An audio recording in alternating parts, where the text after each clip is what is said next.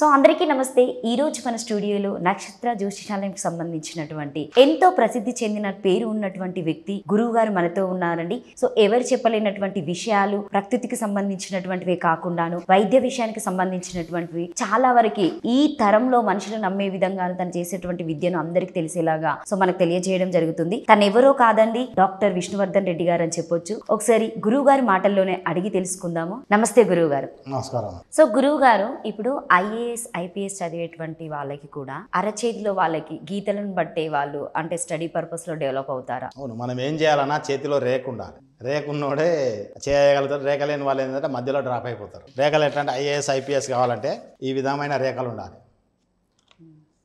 ఇది ఐఏఎస్ అంటే కలెక్టర్ కావాలంటే ఇలాంటి రేఖలు ఉన్న వ్యక్తులే కలెక్టర్లు అవుతారు. చూసుకో, ఇది అంటే ఇలా మన యొక్క అరచేయి చూసుకోవాలి. అరచేతులు ఏముండాలంటే ఇక్కడ జీవిత రేఖ, ఇక్కడ ఒక శిరోరేఖ ఉంటుంది. ఆ రెండు రేఖల మధ్యన గ్యాప్ ఉండాలి. ఇంకొకటి గురుస్థానం చూడాలి. ఇక్కడ నుంచి కరెక్ట్ చూపుడు వెళ్దికు గురు స్థానంలోకి వచ్చేయాలి. ఇంకా మళ్ళీ ఏంటంటే ఇది రవిరేఖ, రవివేలు అంటాం దీన్ని, సూర్యస్థానము. ఈ రవిరేఖ నుంచి ఒక రేఖ కిందికి వచ్చి ఈ హృదయరేఖను దాటుకొని బుద్ధిరేఖ వరకు వచ్చి ఆగాలి ఒక రేఖ. ఇంకొకటి శనిస్థానము. ఇక్కడ నుంచి ఒక రేఖ నిటారుగా ఇక్కడ కంకణ రేఖల వరకు రావాలి. 1, 2, 3 ఈ కంకణ రేఖలు ఉండాలి. ప్లస్ ఇక్కడ ఒక అరచేతిలో పెద్ద త్రిభుజం ఏర్పడాలి. అంటే దానికి ఏమవుతుందంటే ఇంకొకటి ఇక్కడ జీవిత రేఖ నుంచి ఒక బుధరేఖ అనేది ఇక్కడ చిన్న వేలికి ఇలా బయలుదేరి వెళ్తుంది. వాటితోటి ఒక పెద్ద త్రిభుజం అనేది ఏర్పడుతుంది చేతిలో.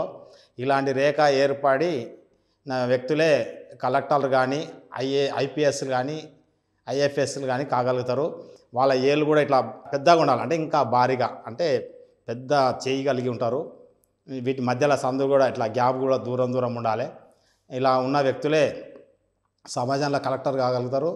మనము అందరికీ కలెక్టర్ కావాలన్న కోరిక ఉండి లక్షల రూపాయలు ఖర్చు పెట్టి కోర్సు చేస్తూ ఉంటారు. అయితే అది ఏమవుతుందంటే వీళ్ళకి ఏ ఒక్క రేఖ తక్కువనా కానీ వాళ్ళు మధ్యలో డ్రాప్ కావడం జరుగుతుంది.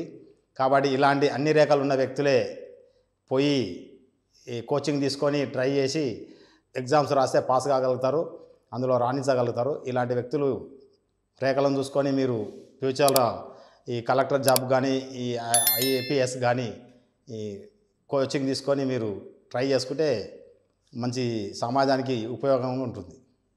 So thank you so much గురువు గారు. ఈరోజు మాకు అరచేతిలో ఉన్నటువంటి రేఖల గురించి అలాగే బొటనవేలుకి సంబంధించిన దాని గురించి చాలా వరకు మంచిగా వివరించారు. సో నెక్స్ట్ ఎపిసోడ్లో మళ్ళీ కలుసుకుందాం. Thank you so much. నమస్కారం.